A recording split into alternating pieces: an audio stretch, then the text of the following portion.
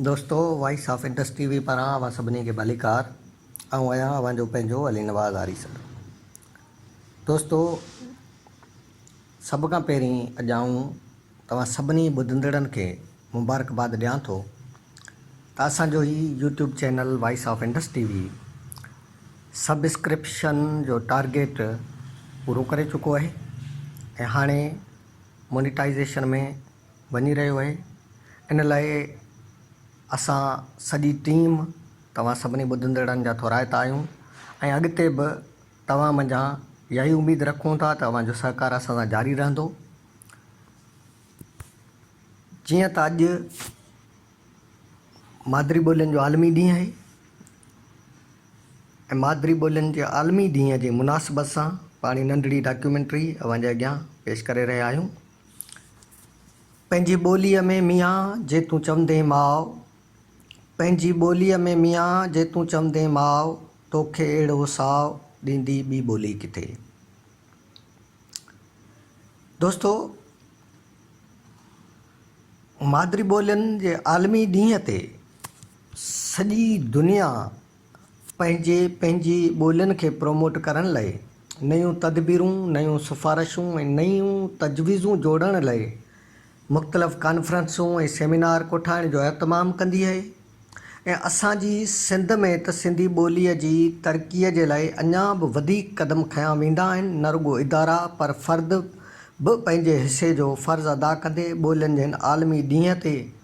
मक़ाला लिखंदे, कंप्यूटर ते एप्लीकेशन्स ठाहींदे, ॿारनि जे लाइ सोलो प्ले तयारु कंदे, मुख़्तलिफ़ जायुनि ते नंढा नंढा प्रोग्राम मुनक़द कंदा आहिनि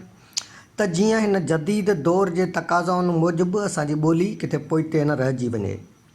अवां असांजो ही प्रोग्राम ॿुधी रहिया आहियो। उन वक़्तु सिंधी लैंग्वेज अथॉरिटी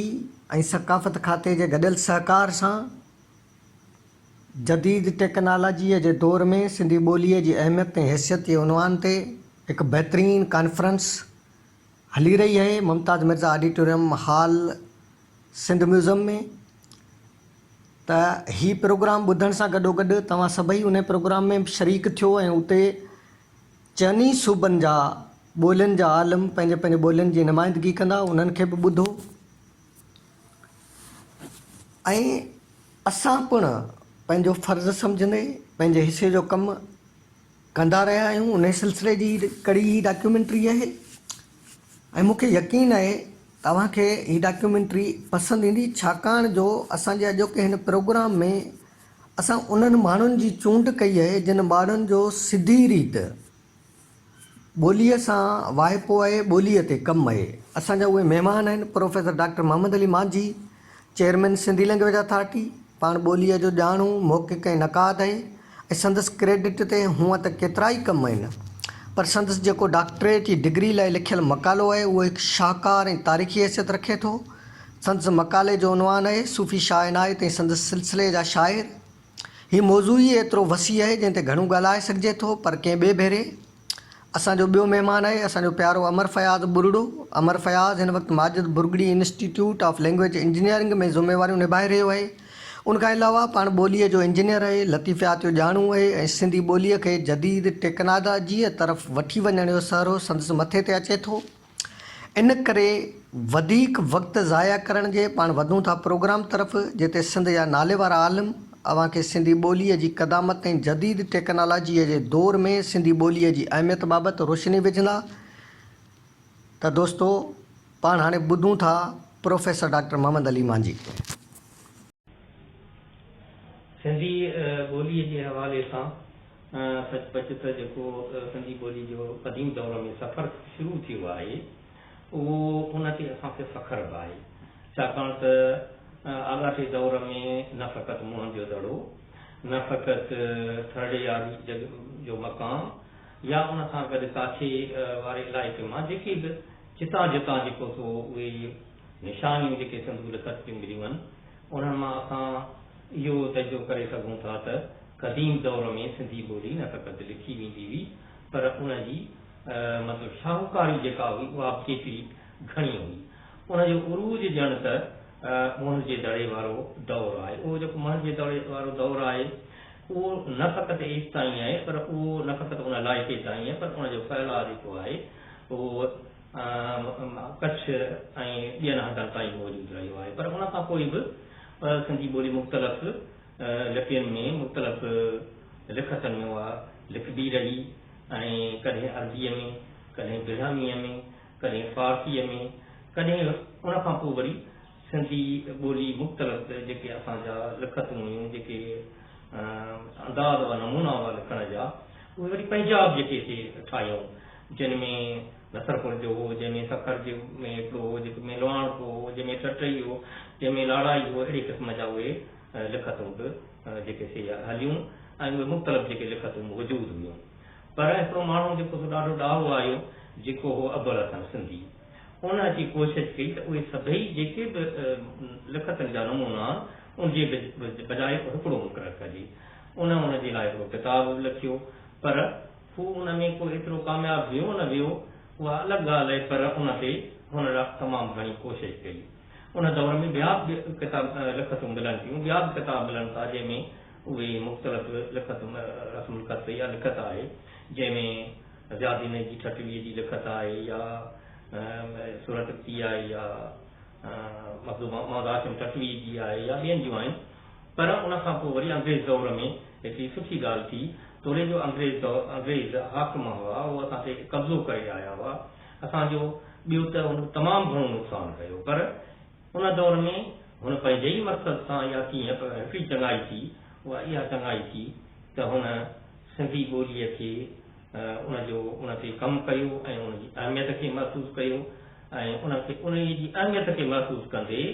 हुननि पंहिंजे आफ़ीसरनि लाइ बि इहो लाज़मी करार ॾिनो, छाकाणि त उनखे हिते रहणो हो, छाकाणि त उनखे हिते ई जेको हुकूमत करणी, तंहिंजे करे हुन पंहिंजे आफ़ीसरनि लाइ बि इहो लाज़मी करार ॾिनो त जेको बि आफ़ीसर हिते रहे सिंध में हुकूमत करे या जेको मुलाज़मत करे उहो सिंधी ॿोली सिखंदो। तंहिंखां पोइ वरी बि हुननि बाक़ाइदे जेको सो अॻिते हली अहिड़ो फरमान जारी कयो त हाणे जेके माण्हू, छाकाणि त उन दौर में फारसी घणी हलंदड़ हुई, त हाणे जॾहिं फारसी जेका का को बि शख़्स जेकॾहिं फारसीअ में लिखत या का दरख़्वास्त या का अरीज़ी ॾींदो त उनजो तर्जुमो सिंधीअ में लाज़मी हूंदो। ईअं सिंधी ॿोली जो लफ़ाज़ शुरू थियो, जेका कोशिशि जेका पंजाब वारे दौर में यानी 54 में शुरू थी, 53 में 53 में उनजे लाइ हिकिड़ी कमेटी ठही। पर उन में छाकाणि त उन दौर में मुख़्तलिफ़ लिखतूं लिखबियूं रहियूं, मुख़्तलिफ़ जेके से रस्म ख़त हुयूं, तंहिंजे करे हीउ तइ कयो वियो त हिकिड़ी का मुक़ररु हुजे जेका सॼी सिंध में राहे थिए। इहो कमु अंग्रेज़ दौर में थियो, जेको उन कमेटीअ कयो, जेको 1953 में थियो। इहा हिकिड़ी सुठी ॻाल्हि थी। हाणे जेको अॼु जेको आहे उहो मादरी ॿोलियुनि जो क़ौमी ॾींहुं आहे, त असां चऊं था त इहो जेको उन्हनि कमु कयो, उन्हनि जेको लाज़मी करार ॾिनो, दुनिया में जेके बि मादरी ॿोलियूं आहिनि उनजा पंहिंजा हक़ आहिनि, त उहे जेके आहिनि से पंहिंजे जेका ॿोली आहे उन में ॻाल्हाइनि, उन में तइलीम हासिलु कनि, उन में लिखनि। ईअं सिंधी ॿोली त जंहिंजो आउं ज़िक्र करे आहे त हेॾी शाहूकार ॿोली रही आहे, जंहिंजो अंग्रेज़नि खे बि एतिरो अहसासु हो त असांजी जेका सिंधी ॿोली आहे अॼोके ॾींहं जे हवाले सां असां हीअ घुर करियूं था त सिंधी ॿोलीअ खे उहो दर्जो, उहा हैसियत ॾिनी वञे जेका हुनजी आहे, जेको हुनजो हक़ बि आहे, जेका हुनजी हैसियत बि आहे। छाकाणि त अॼु जो जेको मादरी ॿोलियुनि जो ॾियारो आहे उनजो इहो सॾु बि आहे, इहो पैगाम बि आहे त जेको माण्हू जंहिं ॿोलीअ में ॻाल्हाए थो, जेको कबीलो या जेका क़ौम ॻाल्हाए थी, उन क़ौम जी उहा ॿोली, उनजा हक़ तस्लीम कया वञनि ऐं उनजा हक़ तस्लीम कंदे उनखे उहा अहमियत ॾिनी वञे ऐं उनखे उनजो उहो नफ़ाज़ कयो वञे।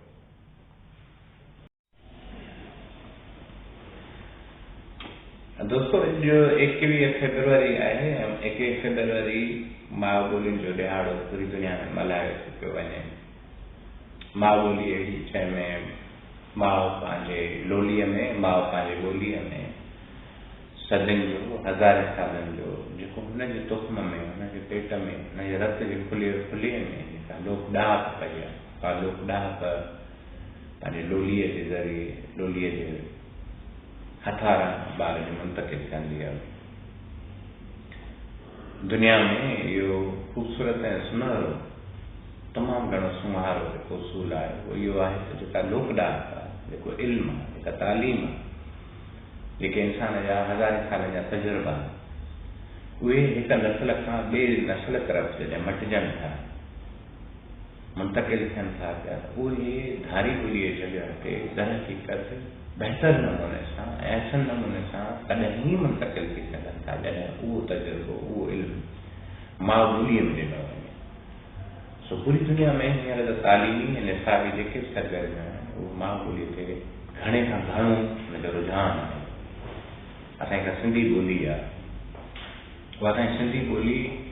कतई नज़र न अचे त उहा असांजे माउ जी ॿोली आहे, कतई नज़र न अचे त उहा असांजे घरनि में वापराई थी वञे। इन करे इहो जुमिलो चइजे ऐं मयां थो त इहो सनासानीअ जे ज़मरे में कॾहिं कोन थो वञे, पर इहा हिकु हक़ीक़त आहे। हींअर पूरी दुनिया जा जेके वॾा फ़लसफ़ी ॿोली ॼाण, ॿोलीदान ऐं ॿोली जा ॿिज ऐं तुख़्म कढंदड़ जेके सॼी दुनिया में माण्हू कमु था पिया कनि, डॉक्टर माइकल जा, डॉक्टर कालवर्ट आहे, डॉक्टर डगलस आहे, डॉक्टर जैनियस आहिनि, इन खां अलावा जेको स्पेन जो जेको डॉक्टर कार्लोस कोएल्स आहिनि, उहे सभु चवनि था पिया त हिन धरतीअ ते अॼुकल्ह जेके बि सनअती ॿोलियूं आहिनि, जेके बि दुनिया में सभ खां वधीक ॿोलियुनि जो कतार हले थो पियो, यूनानी आहे, फ्रेंच आहे, इटालियन आहे, अंग्रेज़ी आहे, उन खां पोइ जेको असली जेके असांजी मथे जेके रशियन ॿोलियूं आहिनि, उन सभिनी जे माता ॿोलियुनि में जेकॾहिं शजरो जेको मिले थो पियो उहो हिन हिते मां निकिरी पूरी दुनिया जी ॿोलियुनि खे ठाहे उनजो तुख़्म भरे थो, पेट भरे थो। उहा सिंधी ॿोली अॼु हिन जदीद टेक्नोलॉजीअ दौर में, जंहिं टेक्नोलॉजीअ दौर में असांजे ॿार जे हथ में गैजेट आहे, हिकु पोस्ट कोविड जे दौर में पाण ताज़ो निकिरूं था ऐं आहियूं हुन दौर में। हुन में तव्हां सभिनी खे, असां सभिनी खे इहो ज़रूरु अहसासु थियो आहे टेक्नोलॉजी जे ई ज़रिए हाणे तालीम हिन टेक्नोलॉजी जे ई ज़रिए लोक डाक मुंतक़िल थी रही आहे। बचे जे हथ में कलर डिजिटल हिकिड़ो गैजेट आहे, मोबाइल फ़ोन आहे, स्क्रीन जी जेका टेक्नोलॉजी अचे थी। तो आहिस्ते आहिस्ते जेका आहे ॿोलीअ जी जेका स्क्रीन तरफ़ जेको आहे को वधियो आहे ऐं किताब तरफ़ खां थींदो हेॾे थो पियो अचे, हुन में असांजी सिंधी ॿोली किथे आहे? त असां कतई तौर ते इहो ज़रूरु चवंदासीं त सिंधी ॿोली उन चंद ख़ुशनसीब ॿोलियुनि में जिन हिन टेक्नोलॉजीअ में, हिन टेक्नोलॉजी जे गैजेट्स में, टेक्नोलॉजी जे मीडियम्स में पंहिंजी जॻह पाण मुरादो ठाहिणु शुरू कई आहे। इहो हुनजो फितरत जो सिंधी ॿोलीअ जे मथां सम्झां थो पियो त वॾो हिकिड़ो वॾो हिकिड़ो सुहिणो सुफ़न आहे हुन मथां। हिन में खोड़ नौजवाननि जो, खोड़ सां दोस्तनि जो ऐं हिन खां अलावा पंहिंजे जेका मथ भराई जेका हुकूमत जो आहे असांजो सहकार रहियो। सिंधी ॿोली हींअर दुनिया जो उहो कहिड़ो सिस्टम आहे, उहो कहिड़ो प्रोग्राम आहे, उहो कहिड़ो सिरिश्तो या मैकेनिज़म आहे जंहिंमें सिंधी ॿोलीअ जी गुंजाइश न आहे। माइक्रोसॉफ्ट सिंधी ॿोलीअ में हींअर हुनजे विंडो में कुख में पियो आहे। गूगल जूं जेके मुखिया जेके दुनिया जो ॿोलियूं आहिनि उन्हनि में सिंधी पई आहे। उबंटू जेका शुरूआत में असांजो ऑपरेटिंग सिस्टम आहे उन में सिंधी ॿोली पई आहे। सिंधी ॿोली तव्हां जहाज़ ते वेही साम्हूं जेका इनपुट स्क्रीन आहे उनते तव्हां सिंधी ॿोलीअ में टाइप करे सघो था। यानी हिकु अहिड़े जहाज़ में फर्स्ट करे हिकिड़ो इटालियन जहाज़ आहे, KLM जो आहे जहाज़, उन में तव्हां जॾहिं वेहो था त उन साम्हूं स्क्रीन आहे, टैबलेट लॻी पई आहे,